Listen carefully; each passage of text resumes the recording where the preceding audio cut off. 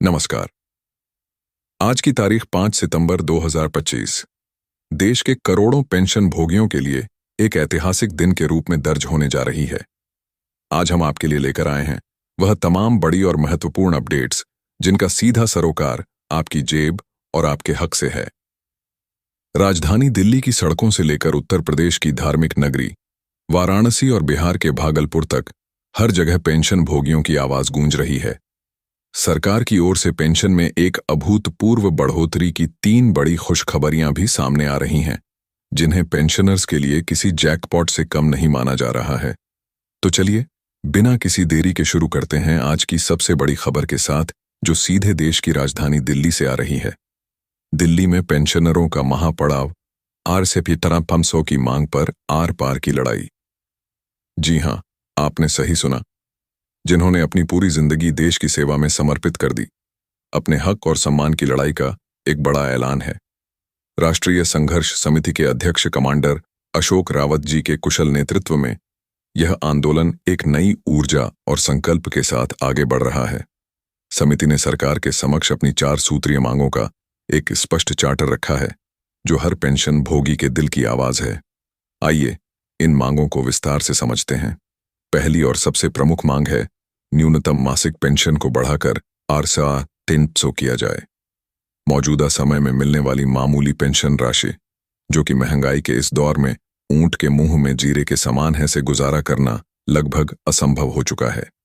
पेंशनरों का तर्क है कि सम्मानपूर्वक जीवन जीने के लिए 300 की मासिक पेंशन उनका मौलिक अधिकार है। दूसरी बड़ी मांग है पेंशन के साथ महंगाई भत्ते यानी डीए को जोड़ा जाना। जिस तरह सरकारी कर्मचारियों के वेतन में समय समय पर महंगाई के अनुसार वृद्धि होती है, उसी तर्ज पर पेंशन में भी महंगाई भत्ता शामिल किया जाना चाहिए, ताकि बढ़ती कहीमों का बोझ वरिष्ठ नागरिकों की कमर ना तोड़ सके। तीसरी और बेहद जरूरी मांग है सभी पेंशन भोगियों और उनके जीवन साथी के लिए मुफ्त और कैशलेस चिकित्सा सुविधा। उम्र के इस पड़ाव पर स्वास्थ्य संबंधी समस्याएं आम हो जाती हैं और इलाज का खर्च उठाना कई बार मुश्किल हो जाता है। इसीलिए एक व्यापक स्वास्थ्य योजना की मांग जोर शोर से उठाई जा रही है। और चौथी अहम मांग है माननीय सर्वोच्च न्यायालय द्वारा दिए गए निर्णयों को बिना किसी देरी और बिना किसी किंतु परंतु के तत्काल प्रभाव से लागू करना। न्यायालय ने पेंशन भोगियों के हक में जो फैसले सुनाए हैं, सरकार को उनका सम्मान करते हुए उन्हें अक्षरशः लागू करना चाहिए। इतना ही नहीं, समिति ने उन सभी सदस्यों के लिए भी आवाज उठाई है जो किसी कारणवश ईपीएस पेंशन योजना के दायरे से बाहर रह गए हैं।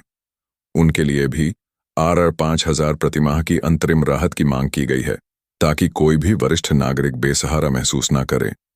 इस आंदोलन की गंभीरता का अंदाजा इसी बात से लगाया जा सकता है कि राजस्थान के कपासन और भोपाल सागर से पेंशन भोगियों का एक बड़ा जत्था प्रदेश संगठन सचिव श्री हीरालाल वर्जी वर्ग और अध्यक्ष श्री नंदलाल जाट के नेतृत्व में बीती शाम ही दिल्ली के लिए रवाना हो चुका है। इस प्रतिनिधिमंडल में शंकर त्रिपाठी, संखी अहीर, हीरालाल छिपा, जय सिंह पूनिया और डालचंद जाट जैसे कई अनुभवी चेहरे शामिल हैं। रामेश्वर चोटिया, शंभू सिंह राणा और किशन बरगवा जैसे जुझारू सदस्य भी इस प्रदर्शन में अपनी आवाज बुलंद करने पहुंच रहे हैं। शोभालाल शर्मा, मानस सिंह राजपूत, हंसराज बैरवा, किशन जाट और रंजीत डांगी समेत राजस्थान रोडवेज के कई सेवानिवृत्त कर्मचारी भी इस लड़ाई में अपना पूरा समर्थन दे रहे हैं। यह महज एक भीड़ नहीं, बल्कि अपने अधिकारों के लिए संगठित और संकल्पित वरिष्ठ नागरिकों का एक अनुशासित काफिला है, जो सरकार से केवल आश्वासन नहीं बल्कि ठोस कार्यवाही की उम्मीद कर रहा है। वाराणसी से उठी हक की आवाज। 8वें वेतन आयोग के गठन की पुरजोर मांग। अब रुक करते हैं प्रधानमंत्री नरेंद्र मोदी के संसदीय क्षेत्र वाराणसी का दिल्ली की गूंज के साथ साथ धार्मिक नगरी वाराणसी से भी पेंशन भोगियों ने अपनी समस्याओं को लेकर एक महत्वपूर्ण बैठक की है। अमर उजाला के वाराणसी ब्यूरो की एक विस्तृत रिपोर्ट के अनुसार वरिष्ठ नागरिक पेंशन सेवा संस्थान की मासिक बैठक रविवार को डिप्लोमा इंजीनियर संघ भवन में आयोजित की गई। इस बैठक का माहौल भी पूरी तरह से पेंशनरों के ज्वलंत मुद्दों पर केंद्रित रहा। बैठक की अध्यक्षता कर रहे जिला अध्यक्ष श्री राजेश्वर पांडे ने सरकार से पुरजोर मांग की कि अब 8वें वेतन आयोग के गठन में और देरी नहीं की जानी चाहिए। उन्होंने कहा कि 8वें वेतन आयोग का गठन करके उसकी सिफारिशों को देश के सभी पेंशन भोगियों पर समान रूप से लागू किया जाए ताकि उन्हें आर्थिक रूप से सल मिल सके। बैठक का संचालन कर रहे श्री जय बहादुर सिंह ने एक और महत्वपूर्ण मुद्दे की ओर ध्यान आकर्षित किया। उन्होंने कहा कि संग्रह अमीनों के वेतन का निर्धारण अभी तक नहीं किया गया है, जो कि सरासर अन्याय है। इस बैठक में दीपेंद्र कुमार श्रीवास्तव, आनंद लाल, उमेश बहादुर और संजय जैसे कई अन्य सदस्य भी मौजूद रहे, जिन्होंने एक स्वर में अपनी मांगों को सरकार तक पहुंचाने का संकल्प लिया। वाराणसी में हुई यह बैठक इस बात का प्रतीक है कि पेंशन भोगियों की समस्याएं किसी एक शहर या राज्य तक सीमित नहीं हैं, बल्कि यह एक राष्ट्रव्यापी मुद्दा बन चुका है। भागलपुर में बढ़ा तनाव, पेंशनर्स संघर्ष मंच ने दी आंदोलन की चेतावनी। लेकिन कहानी यहीं खत्म नहीं होती। दिल्ली और वाराणसी के बाद अब हम आपको ले चलते हैं बिहार के भागलपुर, जहां पेंशन भोगियों का गुस्सा 7वें आसमान पर है और उन्होंने प्रशासन को एक कड़ा अल्टीमेटम दे दिया है। भागलपुर में तिलका मांझी। भागलपुर विश्वविद्यालय TMBU के पेंशन धारकों की समस्याओं का अंबार लगा हुआ है और अब उनके सब्र का बांध टूटता नजर आ रहा है। अब सोपात पेंशनर संघर्ष मंच ने आंदोलन की पूरी रूपरेखा तैयार कर ली है। मंच ने विश्वविद्यालय प्रशासन को साफ शब्दों में चेतावनी दी है कि यदि 17 अगस्त तक उनकी सभी समस्याओं का समाधान नहीं किया गया तो वे चुप नहीं बैठेंगे। मंच ने ऐलान किया है कि 17 अगस्त की समय सीमा समाप्त होने के बाद 18 अगस्त से लेकर 22 अगस्त तक विश्वविद्यालय मुख्यालय पर एक विशाल और अखंड धरना प्रदर्शन किया जाएगा। मंच के सह संयोजक श्री अमरेंद्र झा ने सोशल मीडिया पर एक ऑडियो जारी कर इस आंदोलन की जानकारी दी है, जो तेजी से वायरल हो रहा है। इस ऑडियो में एक और भी गंभीर और चौंकाने वाला आरोप लगाया गया है। आरोप है कि TMBU की पेंशन शाखा में कार्यरत एक सेवानिवृत्ति एसओ द्वारा पेंशनर्स की फाइलों को क्लियर करने के बदले में 10% कमीशन की मांग की जा रही है। हालांकि हम इस वायरल ऑडियो की प्रामाणिकता की पुष्टि नहीं करते हैं, लेकिन इस तरह के आरोप ही पेंशन भोगियों के घसे को और भड़काने का काम कर रहे हैं। यह स्थिति दर्शाती है कि पेंशन भोगियों को न केवल नीतिगत स्तर पर बल्कि जमीनी स्तर पर भी भ्रष्टाचार और लापरवाही का सामना करना पड़ रहा है। पेंशन भोगियों के लिए 3 बड़ी खुशखबरियां। 8वें वेतन आयोग से जगेगी उम्मीद की किरण। इन तमाम संघर्षों, प्रदर्शनों और चेतावनियों के बीच अब हम उस खबर का रुख करते हैं जो करोड़ों पेंशन भोगियों के चेहरे पर मुस्कान ला सकती है। यह खबर है 8वें वेतन आयोग को लेकर चल रही तेज तैयारियों की, जिसे पेंशन धारकों के लिए एक बड़ा जैकपॉट माना जा रहा है। सरकारी गलियारों से छनकर आ रही खबरों के अनुसार पेंशन बढ़ोतरी को लेकर 3 बड़ी और अच्छी अपडेट सामने आई हैं। तो चलिए एक एक करके इन तीनों खुशखबरियों को विस्तार से जानते हैं। पहली खुशखबरी, पेंशन में 30 से 34% की ऐतिहासिक वृद्धि। जी हां, यह सबसे बड़ी और सबसे महत्वपूर्ण खबर है। 7वें वेतन आयोग को लागू हुए लगभग 10 साल पूरे होने वाले हैं और इसकी सिफारिशें दिसंबर 2025 तक ही मान्य हैं। इसी को देखते हुए 8वें वेतन आयोग के क्रियान्वयन पर काम तेजी से चल रहा है।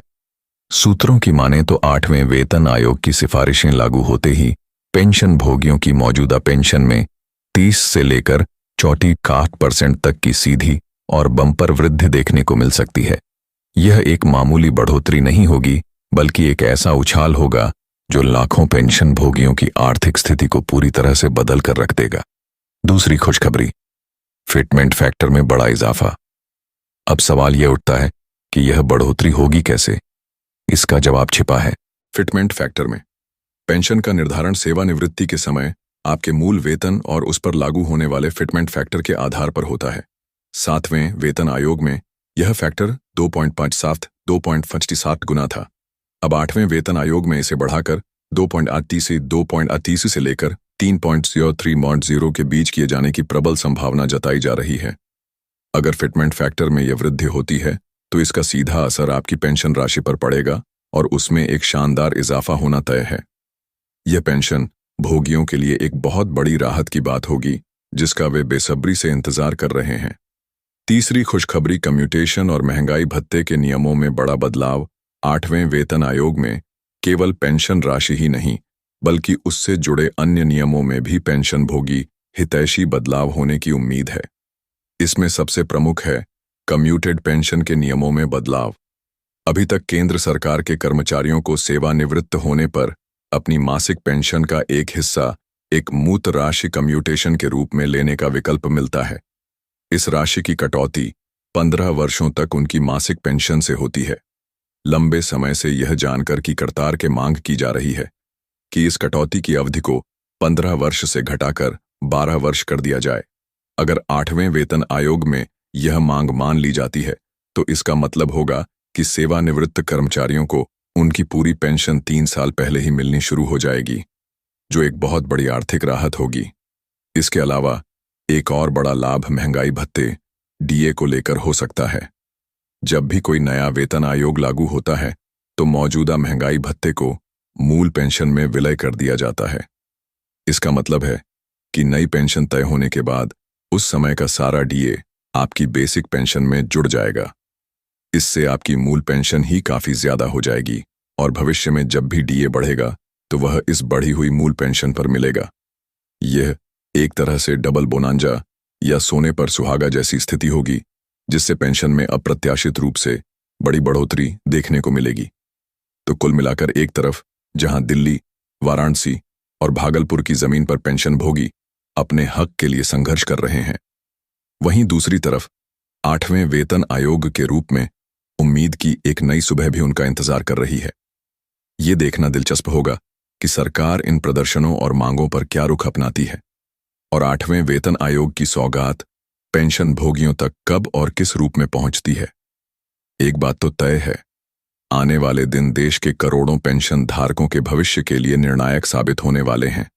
उनकी आवाज अब और दबने वाली नहीं है, चाहे वह सड़क पर उतरकर संघर्ष करना हो या नीतिगत बदलावों की उम्मीद। पेंशन भोगी हर मोर्चे पर अपनी उपस्थिति दर्ज करा रहे हैं। आज के इस विशेष बुलेटिन में बस इतना ही। पेंशन से जुड़ी हर छोटी बड़ी और महत्वपूर्ण खबर के लिए आप हमारे साथ बने रहिए। हम आपको हर अपडेट से सबसे पहले और सबसे सटीक तरीके से अवगत कराते रहेंगे। देखते रहिए हमारा चैनल। नमस्कार।